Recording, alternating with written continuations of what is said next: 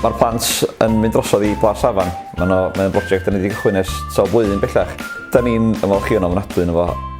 Da ni yn neud o, da ni'n gobeithio bod trigolion Blas Afan yn cael dipyn allan ohono fo.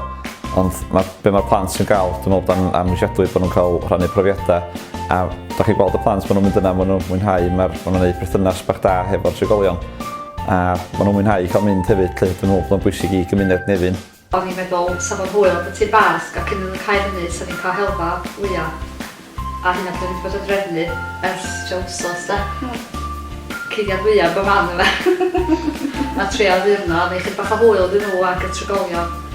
Pawb dwi'n mwynhau, dwi'n meddwl y trigolion yn mwynhau. Maen nhw'n dod reit aml ato ni ganu i chwarae gema, bod dim yn nhw'n dod yn aml iawn. Maen nhw wrth i bod dod yma, dwi'n meddwl. Maen nhw wedi cael tocyn da, swn i'n dweud yn y mond bwcedi, de. A dyn mynd anodd sal hyn, ond mae'n siŵr i chi gyd, swn i'n meddwl. A ni'n mwynhau ac cael nhw yma. Change bach yn iddyn. Mae'r staff i gyd i bod yn mynd. Do. Wel, yn gwneud y pawena ac yn gwneud y addurniadau yn sefyll y lle bo man felly. Mae'n trigolion felly fo, edrych ymlaen, sgwrsio wedyn dyddi am ddyddiau, mae'n wedi bod yn neud.